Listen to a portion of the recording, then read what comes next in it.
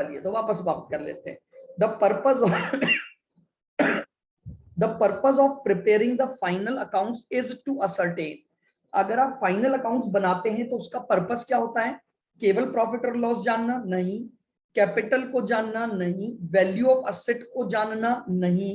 तो the right answer is D, हमें उससे P&L, प्रॉफिट एंड लॉस और फाइनेंशियल पोजीशन को जानना है। Second, if manager is entitled to a commission of 5% on profit before deduction of this amount, so he will get a commission 8400 पर। आपको उसका क्या निकालना है? कमीशन का अमाउंट निकालना है। तो यानी ये बिफोर चार्जिंग हो गया। हाँ सर, सी। तो बिफोर चार्जिंग में कैसे निकालेंगे? 8400 इंटू 5/5/10 420 आपका कमीशन का अमाउंट आ जाएगा। तो the right answer is C. Petty cash का बैलेंस आपके लिए एक्सपेंस है, इनकम है, असेट है या लाइबिलिटी है? Sir expense. कैश का balance C, asset. Asset. Petty cash is a balance of cash book. जो पेटी कैश बुक आप बनाते हो, तो पेटी कैश का जो बैलेंस है वो हमारे लिए असेट है।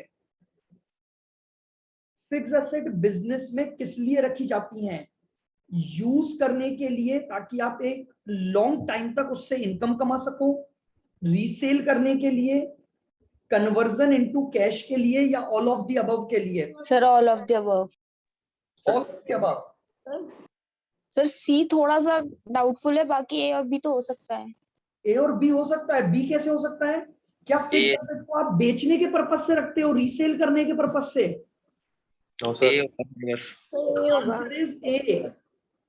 फिक्स असेट बिजनेस में इसलिए रखी जाती है ताकि आप उसके द्वारा इनकम जनरेट करोगे over a long period of time.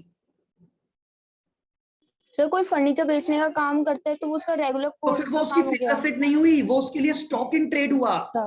ठीक है सर, है ना? फिक्स असेट नहीं हुई, वो उसका स्टॉक इन ट्रेड हो गया। नेक्स्ट, अभी मैंने आपको मैन्युफैक्चरिंग अकाउंट वैसे नहीं समझाया, बट चलो हम डिस्कस कर लेते हैं एक बार। मैन्युफैक्चरिंग अकाउंट किस लिए प्रिपेयर किया जाता है? देखिएगा, मैन्युफैक्चरिंग अकाउंट को प्रिपेयर करने का बेसिक ऑब्जेक्ट क्या होता है, मैं आपको बताता हूं। आप जो गुड्स मैन्युफैक्चर्ड करते हो,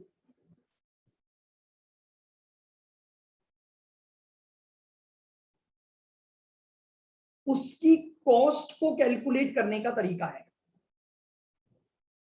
यानी मैन्युफैक्चरिंग अकाउंट केवल और केवल कॉस्ट पर्पस से बनाया जाता है। किसकी कॉस्ट जानने के पर्पस से? जो गुड्स आप मैन्युफैक्चर या प्रोड्यूस कर रहे हो उसकी कॉस्ट। तो बताओ फिफ्थ का आंसर क्या बनेगा? B. B. The answer is B.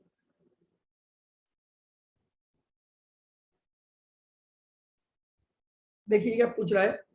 A company wishes to earn 20% profit on sales.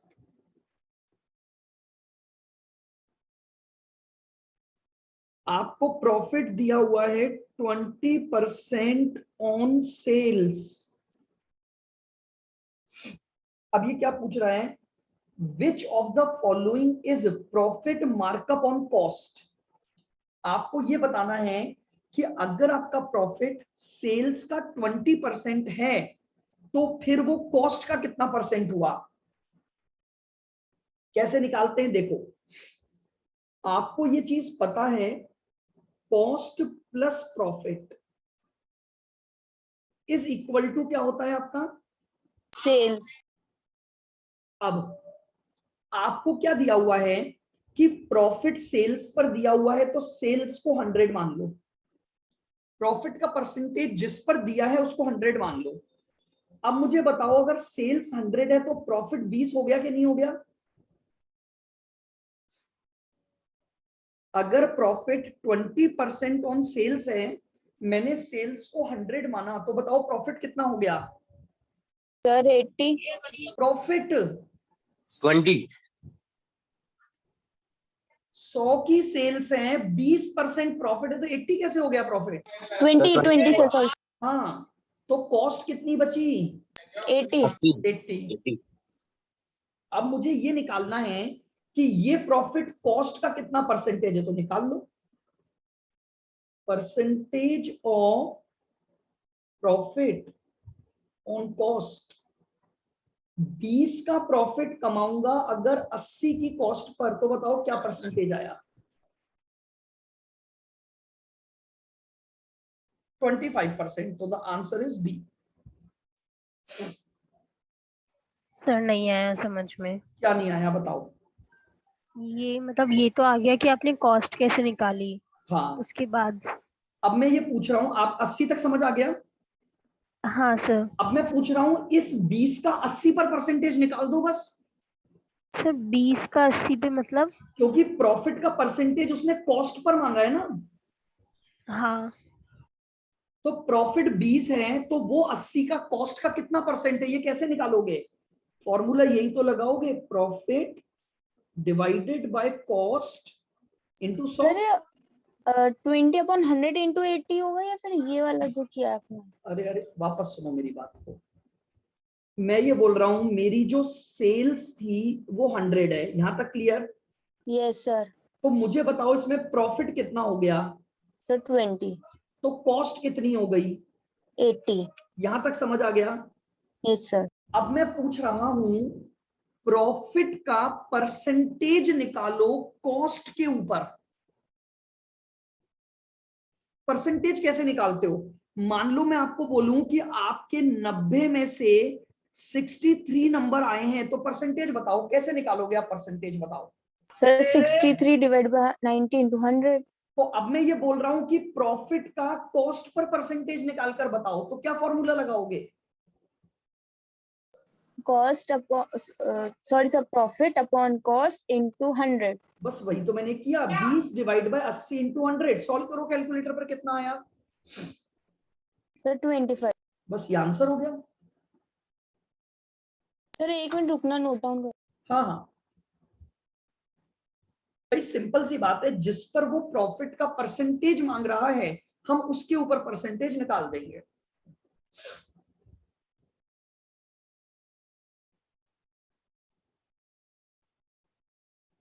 अभी देखो मैं इसके और एग्जांपल भी करा देता हूं।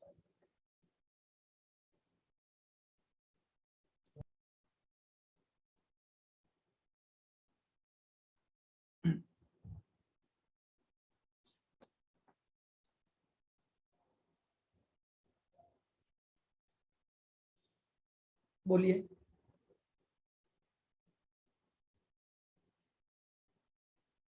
हो गया सर। आओ चलो, इसका जैसे एक एग्जांपल मैं आपको करवाता हूं, तो आप और को आपको भी चीजें समझ आएंगी। लिखो एक example.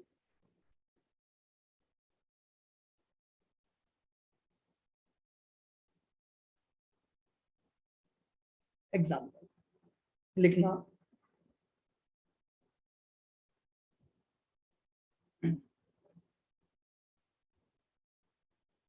A Limited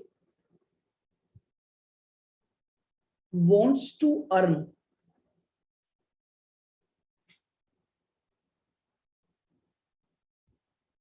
profit of 25% on sales। आपको प्रॉफिट की रेट दे रखी है 25% ऑन सेल्स।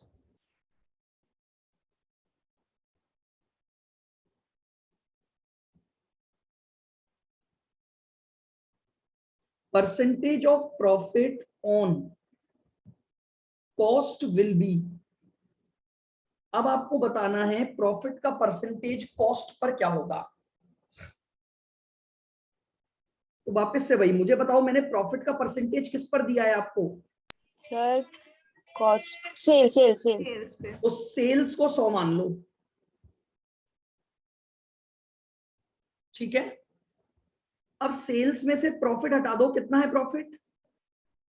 25। तो आपके पास बताओ कॉस्ट कितनी आ गई? 75। क्या यहां तक बिल्कुल क्लियर है? अब मैं आपसे ये पूछ रहा हूं, अगर यही 25 के प्रॉफिट को कॉस्ट के परसेंटेज के रूप में बताना है तो अब आप फॉर्मूला लगा दो, percentage of profit on cost. तो 25 का प्रॉफिट अगर 75 पर कमाना है तो बताओ कितना परसेंट कमाना पड़ेगा? 33.33%। ये आपका आंसर हो गया। बोलो समझ आया? Yes sir. आओ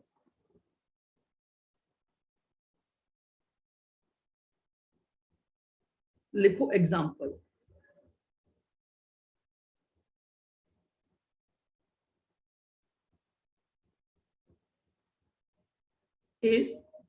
सर हाँ जी, ये जो भी अपन निकाल रहे हैं तो अपन इसको ये बोलेंगे कि परसेंटेज प्रॉफिट कॉस्ट पे कितना हो रहा है। हाँ जी। ठीक है sir. If company wants to earn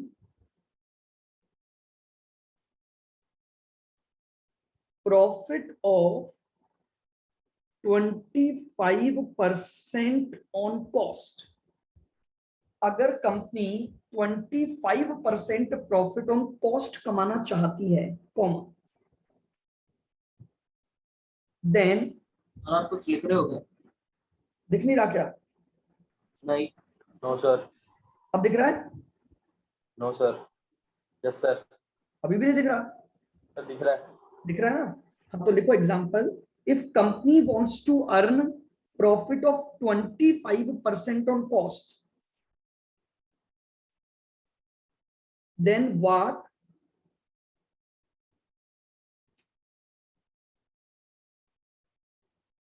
of profit on sales? अब उल्टा क्वेश्चन मांग लिया उसने ये बोला कि अगर कंपनी 25% प्रॉफिट कॉस्ट पर कमाना चाहती है तो अब आप ये बताओ कि सेल्स पर प्रॉफिट की रेट क्या होगी? तो बताओ इस बार प्रॉफिट किस पर दिया हुआ है? कॉस्ट तो मैं कॉस्ट को क्या मान लूंगा? 100। अब कॉस्ट में प्रॉफिट जुड़ेगा तो सेल्स आ जाएगी 125।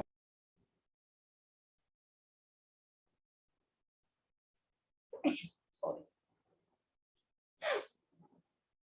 बस अब निकाल लो percentage of profit on sales निकालना है।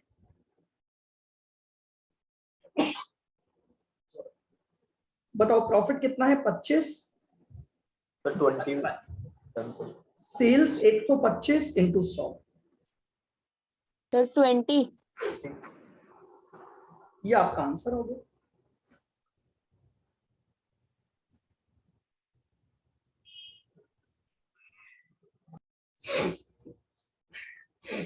बताइए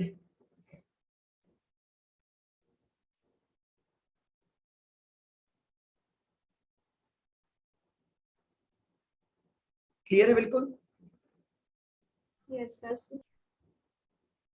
आइए नेक्स्ट क्वेश्चन पर चलते हैं मॉड्यूल। Question number 7। देखो क्या बोल रहा है? At the time of preparation of financial accounts the bad debts recovered should be transferred to. अगर आपकी वो बेड डेट्स की कोई रिकवरी हो जाती है तो आपकी वो इनकम हो गई कि नहीं हो गई? भाई आपने यस सर। आपने कोई amount as a bad debts क्या कर दिया था? राइट ऑफ कर दिया था। अब आपको वो बेड डेट्स क्या हो गया? रिकवर हो गया। तो बेड डेट्स की रिकवरी आपकी इनकम है, तो वो इनकम कहाँ जाएगी? प्रॉफिट लॉस एडजस्टमेंट पीएनडल अकाउंट में, एडजस्टमेंट में नहीं। किसमें जानी चाहिए? एडजस्टमेंट अकाउंट थोड़ी है ये, PNL account. पीएनडल account. Normal income है आपकी, बेड डेट्स रिकवरी कहाँ जाएगी? पीएनडल अकाउंट में जाएगी।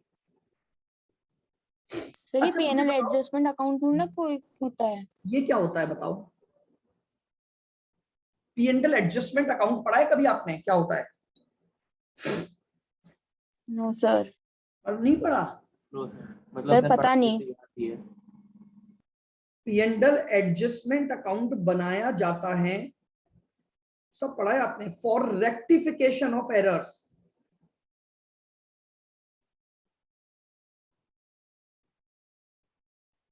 याद करो आपने रेक्टिफिकेशन ऑफ एरर में एक पॉइंट पढ़ा होगा, अगर मान लीजिए हम अपने फाइनल अकाउंट्स क्लोज कर चुके हैं और नेक्स्ट ईयर उन गलतियों को ठीक करते हैं तो वो गलतियां P&L एडजस्टमेंट अकाउंट के थ्रू ठीक होती हैं। नहीं याद? सब पढ़ा होगा पर याद नहीं है। भाई कैसे याद नहीं है? 11 12 भूल गए आप लोग? बेसिक अगर कॉमर्स की स्किप है तो बहुत समस्याएं हैं। तो जब आप रेक्टिफिकेशन ऑफ एरर करते हो और अगर आप से कोई ऐसी एरर है, यानी जो फाइनल अकाउंट्स बनाने के बाद आप करेक्ट करते हो, तो वो सारी एरर P&L एडजस्टमेंट अकाउंट के थ्रू ठीक होती हैं।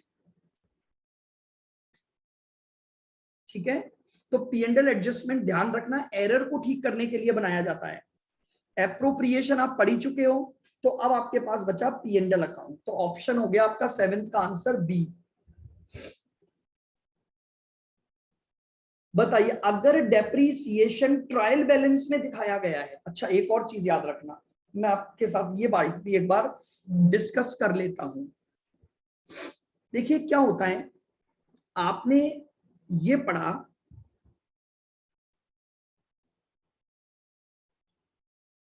जो एडजस्टमेंट होते हैं उनका इफेक्ट दो जगह पर आता है।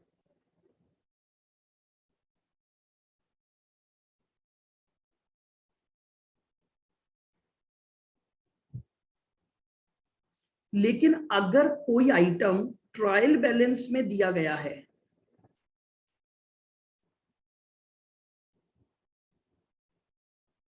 तो उसका केवल सिंगल इफेक्ट आएगा।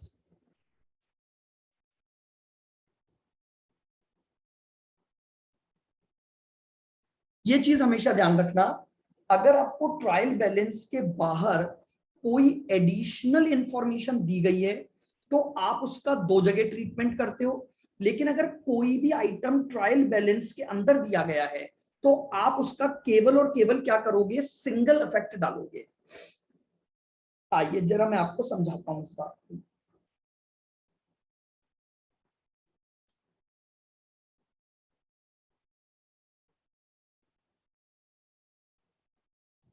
चलिए मेरी बात को सुनना ध्यान से।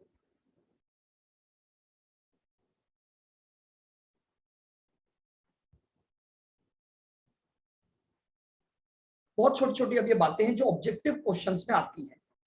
ये आपको दिया हुआ है ट्रायल बैलेंस। ट्रायल बैलेंस के अंदर आपको दिया हुआ है वेजेस।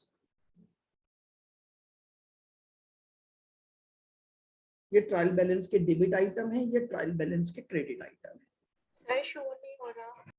यार क्या हो रहा है, शो क्यों नहीं हो रहा है बार बार? अब हो रहा है? Yes sir. ट्रायल बैलेंस में वेजेस दी हुई है 40,000। ट्रायल बैलेंस के नीचे दे रखा है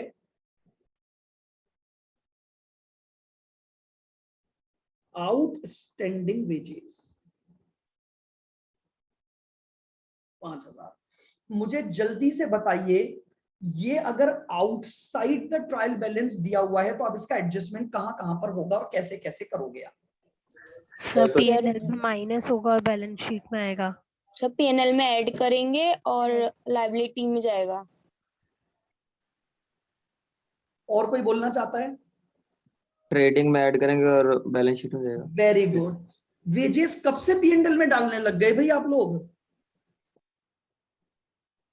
किस किसने बोला था? एक तो रिद्धि ने बोला था और एक किसने बोला था? ईशा। ईशा। P&L में जाती है क्या वेजेस? सर ध्यान नो नहीं सर, रहा। No sir. अरे ध्यान, पता है ये छोटी छोटी बातें एक एक दो दो नंबर ऐसी दिलाती हैं। बहुत ध्यान से धीरे धीरे पढ़ो, आराम से। तो देखो बिल्कुल सही आंसर बताया। कहां कहां जाएगा बताओ, ईशा बताओ। ट्रेडिंग में और लायबिलिटी में। Very good. ट्रेडिंग में क्या करेंगे इसका? Add. Add. Very good. Trading में जब आप लिखोगे तो 40 और +5, क्लियर है बिल्कुल। और एक लाइबिलिटी में क्या अमाउंट आ जाएगा? 5,000। आउटस्टैंडिंग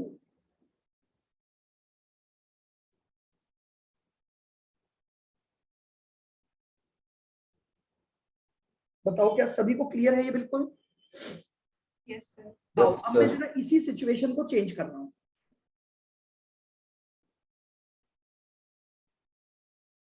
सुनना, ये मुझे ट्रायल बैलेंस दिया हुआ है,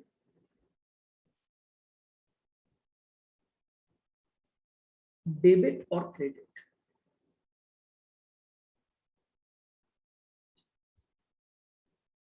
वेजेस दी हुई है 65,000,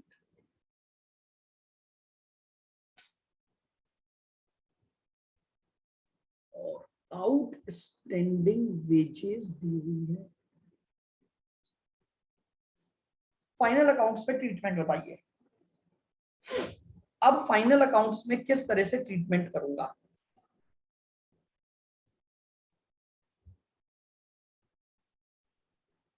ट्रायल बैलेंस के अंदर ही मैंने आपको दे दिया आउटस्टैंडिंग वेजेस। जब outstanding wages outside the trial balance थी तो आपने दो एडजस्टमेंट किए, ट्रेडिंग में वेजेस में ऐड कर दिया, और जो अमाउंट आपने अभी तक पे नहीं किया वो एज अ लाइबिलिटी आपने शो कर दिया। बोलो एग्री यहां तक? Yes sir. अब मैं आपसे बोल रहा हूं आउटस्टैंडिंग वेजेस ट्रायल बैलेंस में दी गई है। जानते हो पहला रूल हमेशा ध्यान रखना, जो आइटम ट्रायल बैलेंस में आ गया वो आइटम अब केवल एक ही जगह जाएगा फाइनल अकाउंट्स बनाते समय। तो अब जरा सोचो, जब ये आउटस्टैंडिंग वेजेस मैंने क्रेडिट कर दिया है, इसका मतलब ये बुक्स ऑफ अकाउंट्स में आ चुका है। तो अब आउटस्टैंडिंग वेजेस को कहां दिखाया जाएगा? Liability. Only liability side.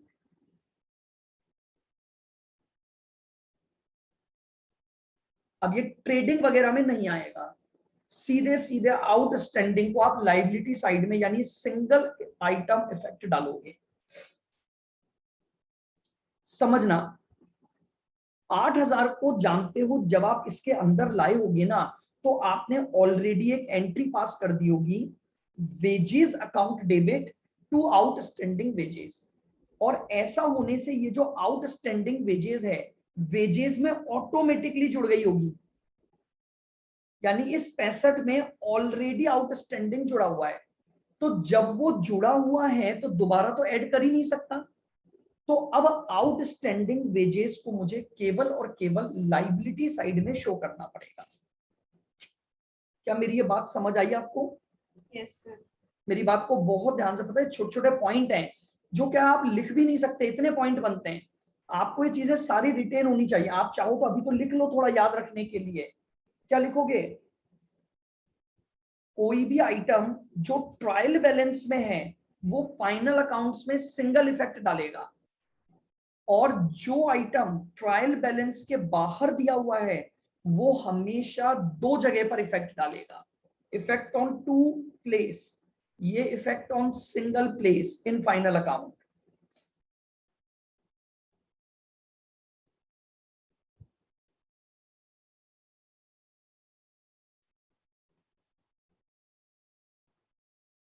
To place effect,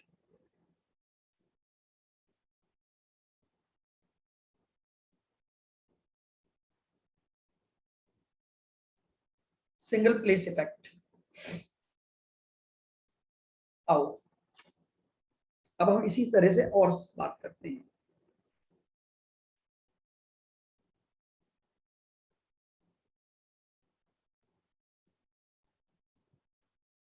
ये ट्रायल बैलेंस दिया हुआ है, डेबिट और क्रेडिट।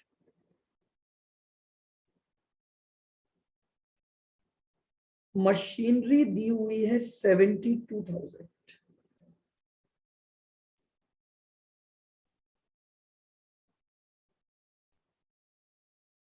डेप्रीसिएशन दिया हुआ है 8,000। बताइए, डेप्रीसिएशन अगर ट्रायल बैलेंस में दिया हुआ है तो अब फाइनल अकाउंट्स बनाते समय ये कहां जाएगा? Sir PNL. भाई डेप्रीसिएशन खर्चा है तो अल्टीमेटली पीएनएल में ही जाता है। अब ऑलरेडी उसने ट्रायल बैलेंस में लिख रखा है, तो जानते हो मशीन की वैल्यू, तो आप हमेशा ये सोचो ट्रायल बैलेंस में अगर ये आइटम आया है तो इसकी एक एंट्री हो चुकी है। एंट्री क्या हो चुकी होगी?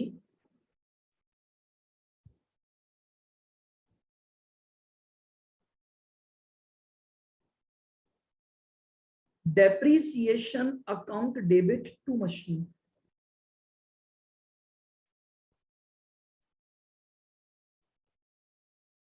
तभी ये ट्रायल बैलेंस में आया होगा। अब अगर ये ट्रायल बैलेंस में आ गया तो इसका मतलब मशीन की वैल्यू में से तो ऑलरेडी कम हो गया। तो बस अब मुझे इस डेप्रीसिएशन को पी&एल में ट्रांसफर करना है, तो बस मुझे एक इम्पैक्ट डालना पड़ेगा। सर ये मशीनरी मतलब ये डेप्रिसिएशन की रिमूव करी हुई वैल्यू है। बिल्कुल, आप समझो अगर डेप्रीसिएशन ट्रायल बैलेंस के अंदर ला चुके हो तो बिना इस एंट्री के नहीं आया होगा, और जब आपने ये एंट्री डाली होगी तो मशीनरी ऑटोमेटिकली 8,000 से कम हो गई होगी, और इसीलिए डेप्रीसिएशन का खर्चा ट्रायल बैलेंस में आ गया। Profit and loss account debit to depreciation, ये एंट्री अब हमें डालनी है।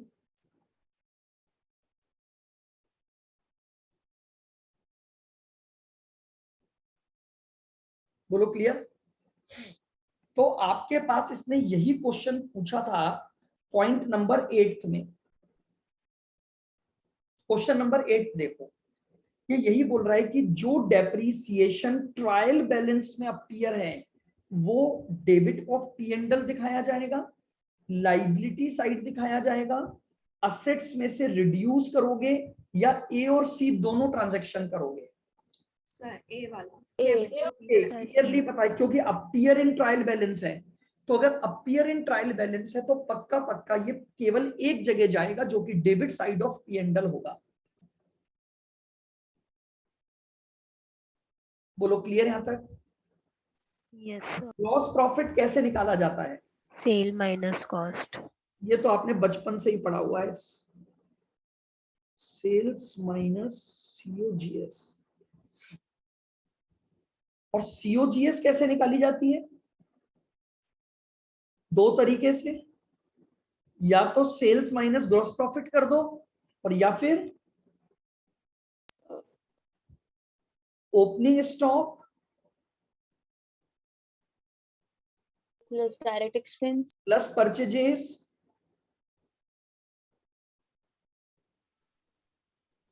Plus direct expenses minus closing Drawing. Drawing. कौन बोला भाई? Minus closing stock. आप चाहो तो ये भी अपने नोट्स में नोट डाउन कर लो। ये छोटी छोटी बातें हैं जो केवल क्वेश्चंस करते समय ही होती हैं। लिखवा देता हूं मैं इसको भी। आओ, अब तो दिख रही है स्क्रीन? Yes sir. हाँ जी, लिखो।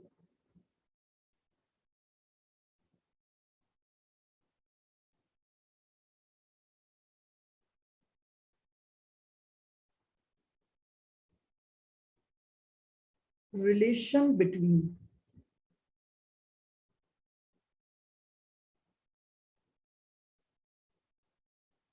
sales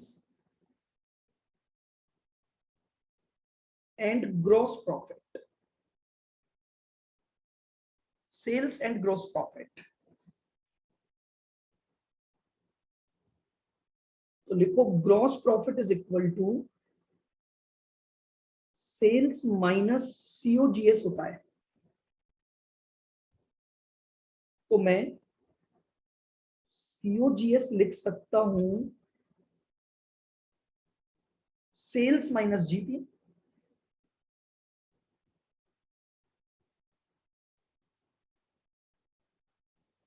COGS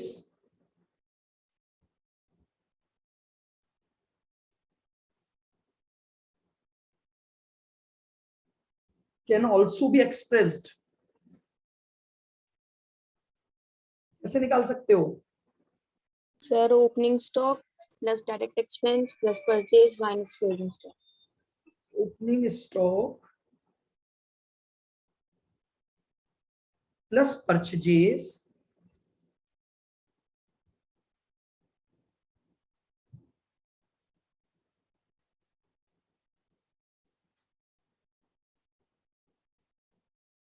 minus closing stock, ये लीजिए, ये आपके पास COGS का पॉइंट आ जाएगा।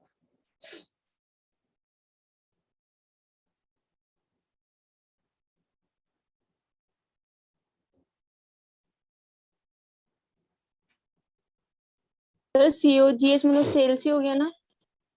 COGS सेल्स नहीं होता है, COGS होता है जो माल बेचा उसकी कॉस्ट, केवल cost of goods sold. Sales और COGS का डिफरेंस आपका प्रॉफिट आता है। तो COGS और सेल्स तो अलग अलग बातें हो गई। ओके। ठीक है, आइए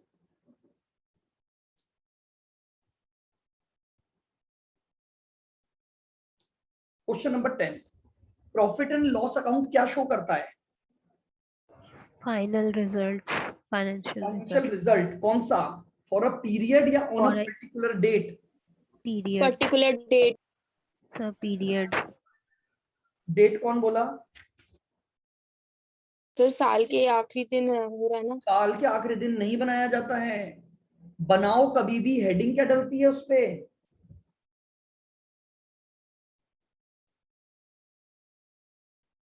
ट्रेडिंग एंड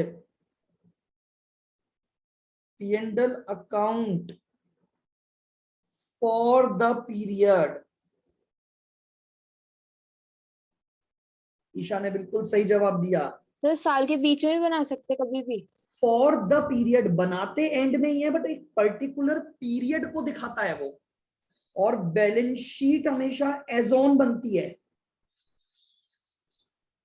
आप समझो, बनेगा ईयर एंड में ही, लेकिन उस ईयर एंड में आप जो वैल्यू शो करेगा ना, वो एक पर्टिकुलर पीरियड का प्रॉफिट और लॉस बताता है।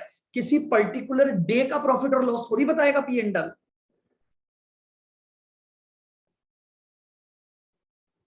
बैलेंस शीट हमेशा एज ऑन बनती है, यानी मतलब पर्टिकुलर डेट पर। बिल्कुल। तो ये जो फाइनेंशियल पोजीशन बताएगी ना, ये पर्टिकुलर डेट की फाइनेंशियल पोजीशन बताएगी। लेकिन जो ट्रेडिंग एंड P&L अकाउंट है, ये जो रिजल्ट बताता है, वो रिजल्ट फॉर द पीरियड बताता है। आओ, छोटे छोटे नोट्स बनाने बहुत जरूरी है आपको, 11th क्लास के, लिख दो।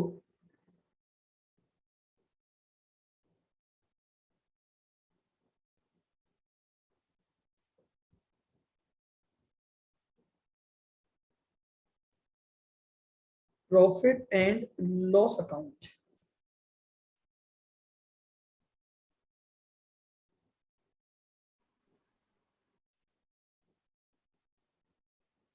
फाइनेंशियल रिजल्ट बताता है।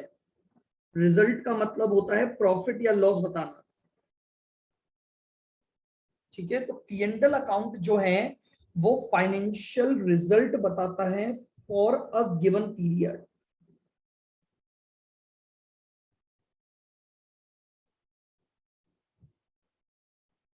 और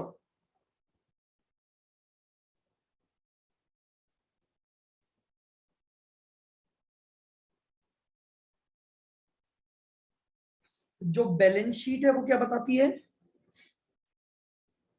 फाइनेंशियल पोजीशन ही एसेट और लायबिलिटी वैल्यू। हाँ, on a particular date.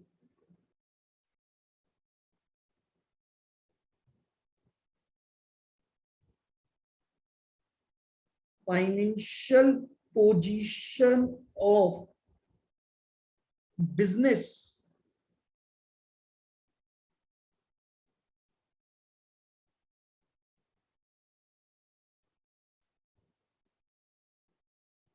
On a particular date. तो ये भी चीजें ध्यान रखो, P&L अकाउंट फाइनेंशियल रिजल्ट बताएगा, लेकिन फॉर अ गिवन पीरियड बताएगा। बैलेंस शीट फाइनेंशियल पोजीशन बताएगी, लेकिन ये एक पर्टिकुलर डेट पर बताएगी, और ये गिवन पीरियड का होगा।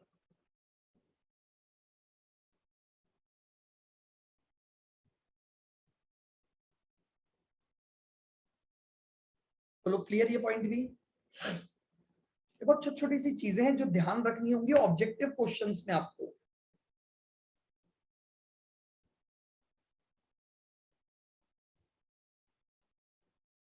एक मिनट होल्ड करना।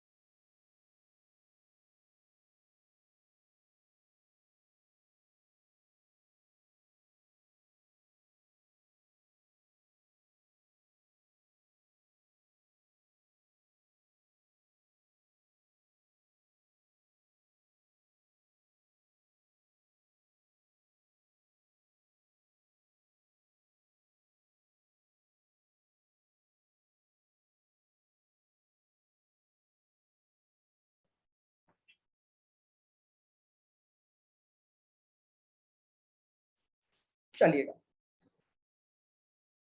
चलिए मैं एक और चीज आपको लिखवा देता हूं।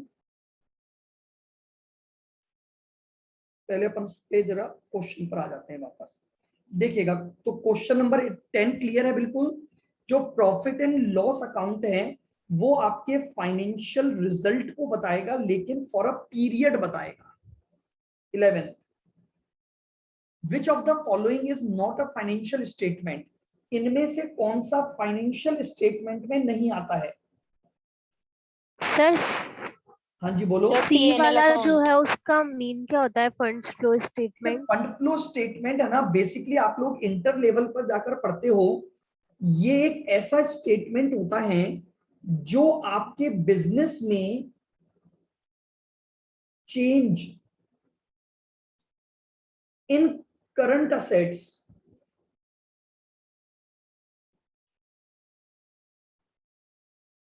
और करंट लाइबिलिटी को बताता है। अभी तो बस आप ओके इतना सर। समझो, क्योंकि इसको आप डिटेल में पढ़ोगे इंटर लेवल पर। एक ऐसा स्टेटमेंट है जो स्टेटमेंट ये बताता है उन ट्रांजैक्शंस को रिकॉर्ड करना जिन ट्रांजैक्शन की वजह से आपकी करंट असेट में कोई चेंज हुआ है या कोई करंट लाइबिलिटी में चेंज हुआ है। तो ये आपके फाइनेंशियल स्टेटमेंट का पार्ट नहीं होता। नहीं है सर। Trial balance. अरे ये नॉट अ फाइनेंशियल, P&L। ये नहीं है ना। क्या हुआ? और अब क्या ये नहीं है? दो बातें हैं अब आपके पास। देखो ये दोनों तो कंफर्म है। अब क्या आपके फाइनेंशियल स्टेटमेंट में ट्रायल बैलेंस आता है या ये आना चाहिए? बताओ। सर एक बार दोनों ही नहीं आते। क्वेश्चन ढंग से समझाओ। ट्रायल बैलेंस क्वेश्चन में होता है। क्वेश्चन ये पूछ रहा है इनमें से कौन सा फाइनेंशियल स्टेटमेंट का पार्ट नहीं है। फाइनेंशियल स्टेटमेंट का मतलब समझो। फाइनेंशियल स्टेटमेंट वो होते हैं जो या तो आपके रिजल्ट को शो करेंगे या फिर वो आपकी असेट्स एंड लाइबिलिटीज को रिफ्लेक्ट करते हैं।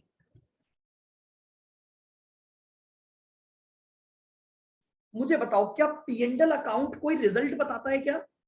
रिजल्ट का सर, मतलब होता है यस प्रॉफिट और लॉस। आओ, क्या बैलेंस शीट जो है वो असेट्स एंड लाइबिलिटीज के बैलेंसेस को रिफ्लेक्ट करता है? यस यस सर सर, क्या फंड फ्लो में भी हम असेट्स और लाइबिलिटीज को ही रिफ्लेक्ट करते हैं?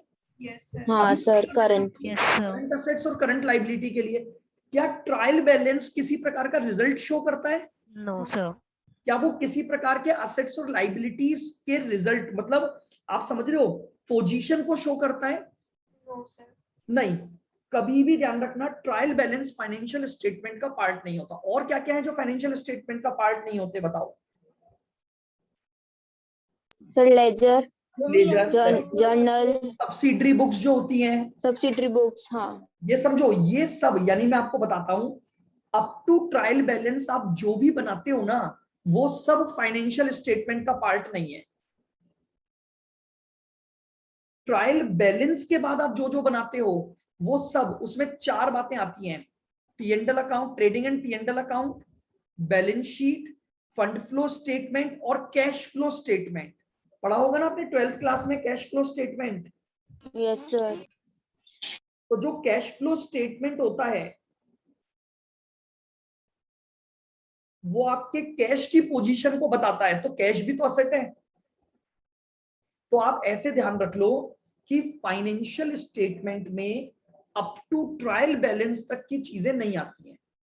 उसके बाद आप जितने भी अकाउंट्स या स्टेटमेंट बनाते हो वो सब फाइनेंशियल स्टेटमेंट का पार्ट होते हैं। Sir, manufacturing account, manufacturing account भी तो ट्रायल बैलेंस के बाद ही बनेगा ना। कब बनेगा मैन्युफैक्चरिंग अकाउंट? ट्रायल बैलेंस से पहले या बाद में? सर बाद में ही बनेगा। तो मैंने क्या बोला, अप टू ट्रायल बैलेंस तक, उसके बाद जो भी बनेगा वो सब फाइनेंशियल स्टेटमेंट का पार्ट है। Okay sir.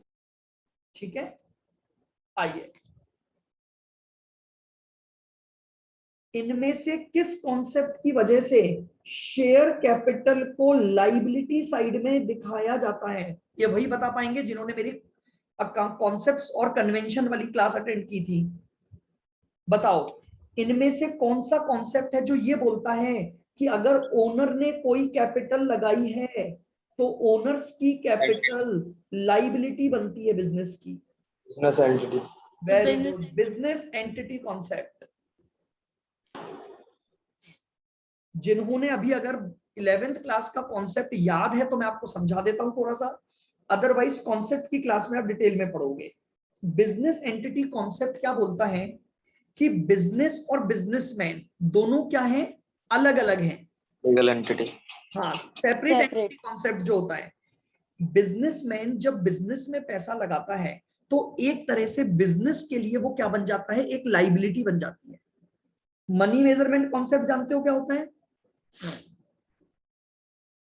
Money measurement concept ये बोलता है कि आपको उन्हीं ट्रांजैक्शन को रिकॉर्ड करना चाहिए जिन्हें आप मनी में मेजर कर सकते हो। अगर कोई ट्रांजैक्शन ऐसा है जो मनी में मेजर नहीं किया जा सकता, आपको उसे बुक्स में रिकॉर्ड नहीं करना चाहिए।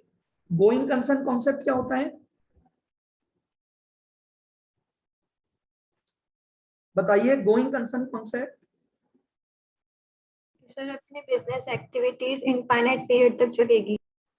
बिल्कुल, गोइंग कंसर्न कॉन्सेप्ट का मतलब होता है आपका बिजनेस चलता रहेगा, इनडेफिनिट पीरियड तक चलता रहेगा, नियर फ्यूचर में उसके बंद होने की कोई संभावना नहीं है।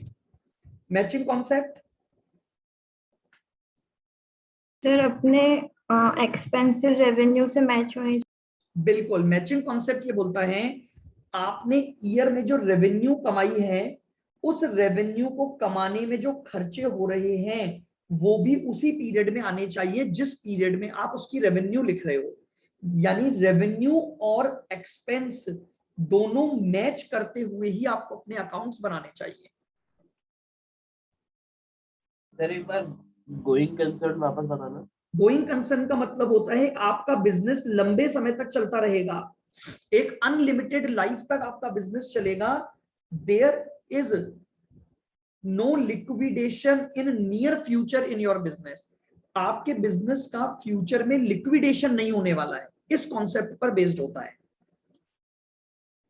Okay sir. यानी आप ऐसे बोल सकते हो अनलिमिटेड पीरियड। और सर मैचिंग कॉन्सेप्ट? अभी बताया ना, मैचिंग कॉन्सेप्ट ये बोलता है कि आपने जिस पर्टिकुलर ईयर में रेवेन्यू कमाई है, उस रेवेन्यू को कमाने के खर्चे भी उसी पर्टिकुलर ईयर में आपको लिखने चाहिए, ताकि आपकी रेवेन्यू और एक्सपेंसेस दोनों मैच हो जाए। उसे बोलते हैं मैचिंग कॉन्सेप्ट। Okay sir. अगर क्लोजिंग स्टॉक ट्रायल बैलेंस में दिखाया गया है तो बताओ अब वो कहां पर आएगा? Trading and balance balance sheet. Possible ही नहीं है, क्योंकि दो जगह आ ही नहीं सकता। P&L में कभी आता ही नहीं है, ट्रेडिंग में भी नहीं आएगा, केवल बैलेंस शीट में आएगा। अब उसका रीजन सुनना। जानते हो, जब क्लोजिंग स्टॉक ट्रायल बैलेंस में आता है तो इसका मतलब हमने क्लोजिंग स्टॉक की एक एंट्री पास कर दी है। क्लोजिंग स्टॉक कभी भी ट्रायल बैलेंस में नहीं आ सकता। कब आता है? जब आप क्लोजिंग स्टॉक की एक एंट्री डाल चुके हो कि भैया आपका जो क्लोजिंग स्टॉक है वो ट्रेडिंग अकाउंट में शिफ्ट हो चुका है। तो इस वजह से मेरी बात को सुनना, चूंकि वो ट्रेडिंग अकाउंट में चला गया तो अब केवल और केवल उसका एक एडजस्टमेंट होगा बैलेंस शीट में। आप इसको ऐसे लिख सकते हो, when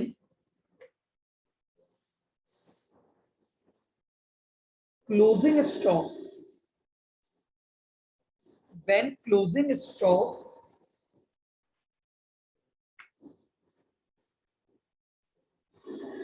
adjusted through purchases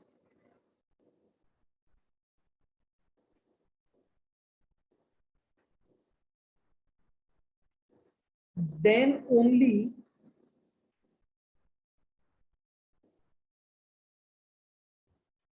this will be shown in trial balance। जब आपने क्लोजिंग स्टॉक को परचेज के अगेंस्ट एडजस्ट कर दिया है, यानी वो ट्रेडिंग अकाउंट में आ गया है, और अगर उसके होने के बाद आप ट्रायल बैलेंस बन रहा है, उस एडजस्टमेंट एंट्री के होने के बाद अगर ट्रायल बैलेंस बन रहा है तो फिर क्लोजिंग स्टॉक केवल और केवल बैलेंस शीट में जाएगा। सर ये परचेजेस में से डिडक्ट किया था क्या अपन ने क्लोजिंग स्टॉक? अगर करेंगे तो तभी वो ट्रायल बैलेंस में आएगा। जनरली हम कभी लेते ही नहीं है। आप समझो, आपने ओपनिंग और जो परचेज होगा उसी में से तो क्लोजिंग बचा हुआ होगा ना आपका। हाँ सर। तो एडजस्ट करने का मतलब है इसको क्रेडिट साइड में लिख देना या यहां से डिडक्ट कर देना। तो बेसिकली अपन क्लोजिंग स्टॉक ट्रेडिंग के क्रेडिट साइड में लिखते हैं कि नहीं लिखते हैं?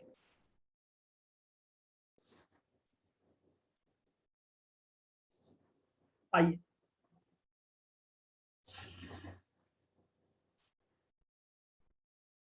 आपको ये डेटा दिया हुआ है, ये पूछा है बैलेंस शीट बनाते समय डेटर्स में से क्या क्या डिडक्ट करोगे।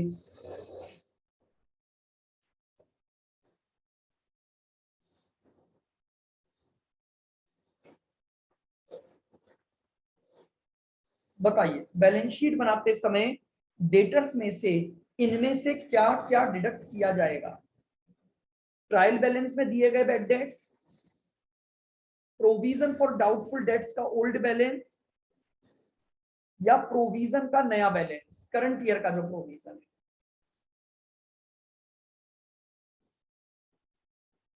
करंट ईयर का प्रोविजन। केवल करंट ईयर का प्रोविजन। मैं वापस आपको बता देता हूं, मैंने ये लिख बनाया भी था फॉर्मेट। आप डेटर्स एस पर ट्रायल बैलेंस उठाते हो, इसमें से एक तो माइनस करते हो एडिशनल बैड डेट्स या फर्दर बैड डेट्स, और एक माइनस करते हो न्यू प्रोविजन। ये आपके डेटर्स में से दो चीजें माइनस होती हैं।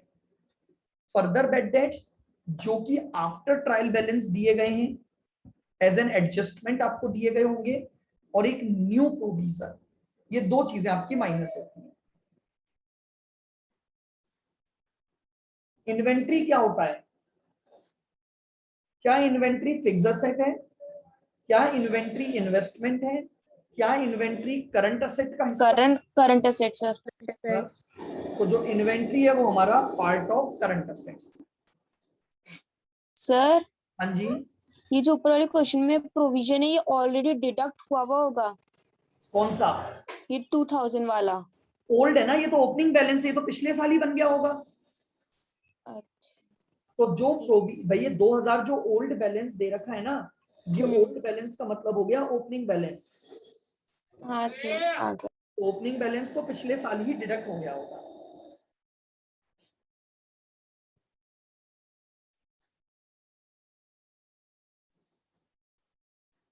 बताइए क्लियर हुआ क्या?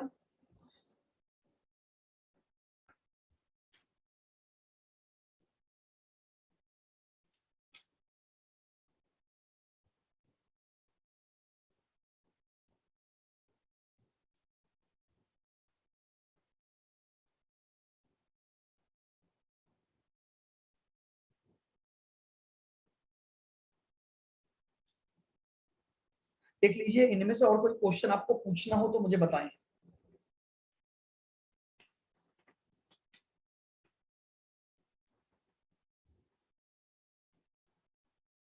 सर ये इन्वेंट्री वाला ही बताओ।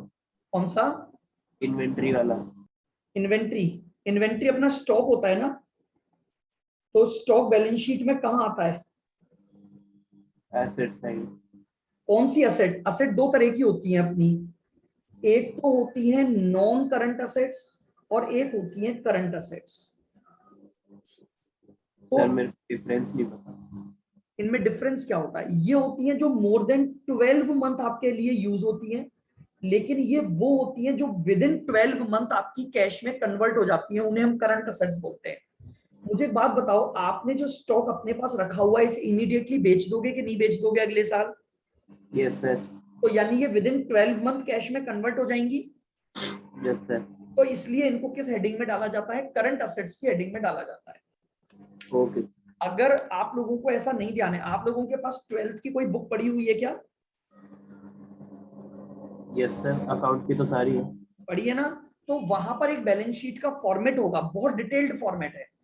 आप कहोगे तो मैं एक बार बनवा दूंगा। भाई आपको ये चीजें पता होनी चाहिए कि असेट्स दो तरह की होती हैं, एक तो नॉन करंट असेट्स और एक करंट असेट्स।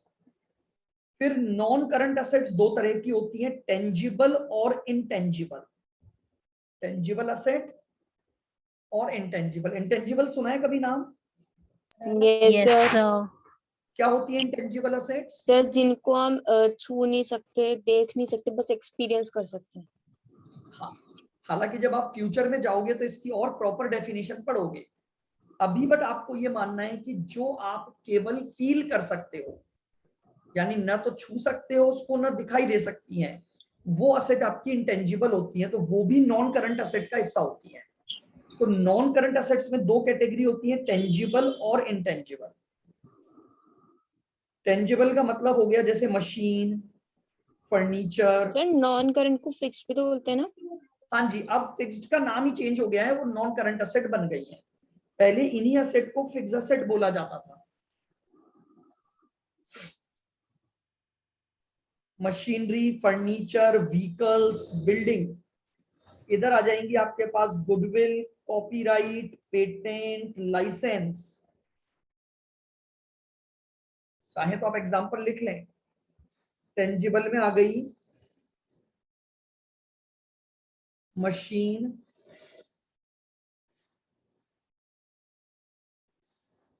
फर्नीचर, व्हीकल और बिल्डिंग।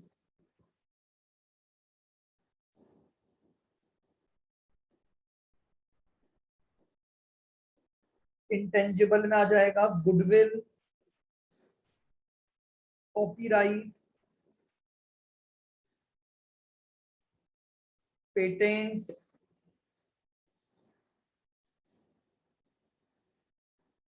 लाइसेंस। ये सब आपकी इंटेंजिबल असेट्स होती है,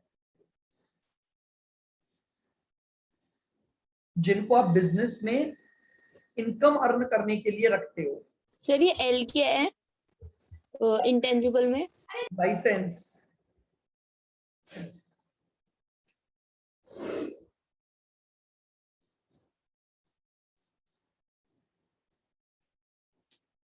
अब आप इसके ये फिल इन दी ब्लैंक्स भी एक बार पढ़ लेना।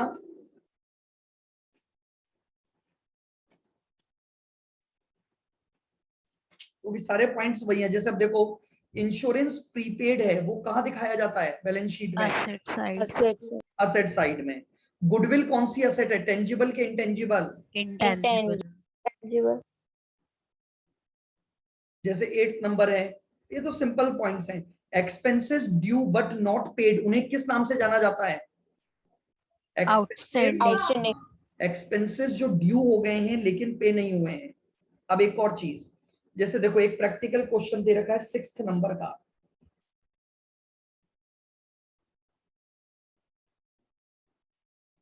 देखो ये क्या बोल रहा है, एवरेज स्टॉक दे रखा है 12 और जो क्लोजिंग स्टॉक है ना वो ओपनिंग के कंपैरिजन में 3000 ज्यादा है।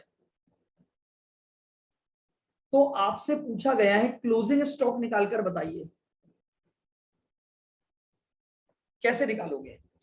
देखो आपको ये पता है, तो मैंने ये बोला कि भैया जो ओपनिंग स्टॉक है ना उसे x मान लो, तो जो क्लोजिंग स्टॉक बनेगा वो x प्लस 3000 बन जाएगा।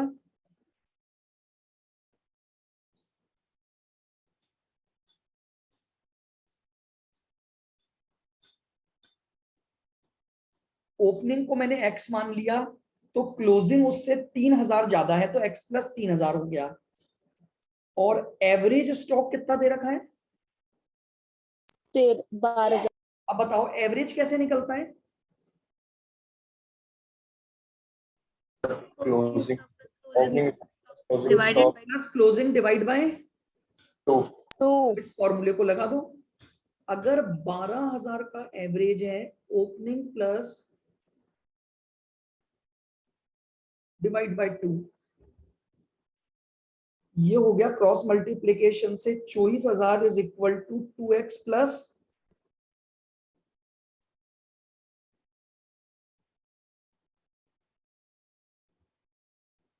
तो x आ गया 10,500। बताओ मैंने x किसको माना था, ओपनिंग को कि क्लोजिंग को? सर ओपनिंग को तो क्लोजिंग उससे 3000 ज्यादा है और क्वेश्चन ने मांगा भी 13,500 क्लोजिंग स्टॉक निकालकर बताओ। तो क्लोजिंग स्टॉक हो गया ओपनिंग 10,500 प्लस 3।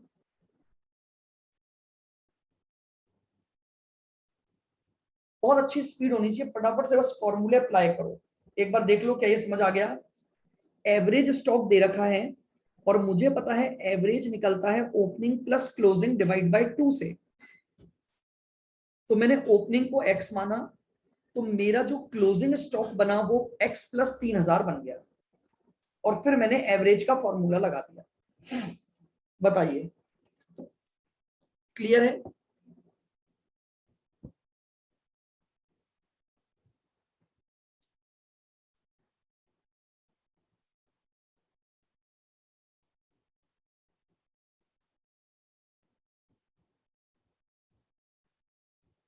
यस सर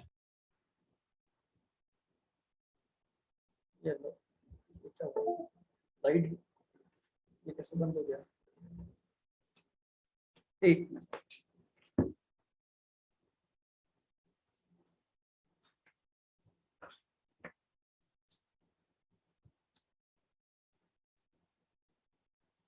चलिए ठीक है, ये पॉइंट समझ आ गया आपको? चलिए तो आज इतना ही। ये मेरा टैब भी बंद हो गया, क्या हो गया?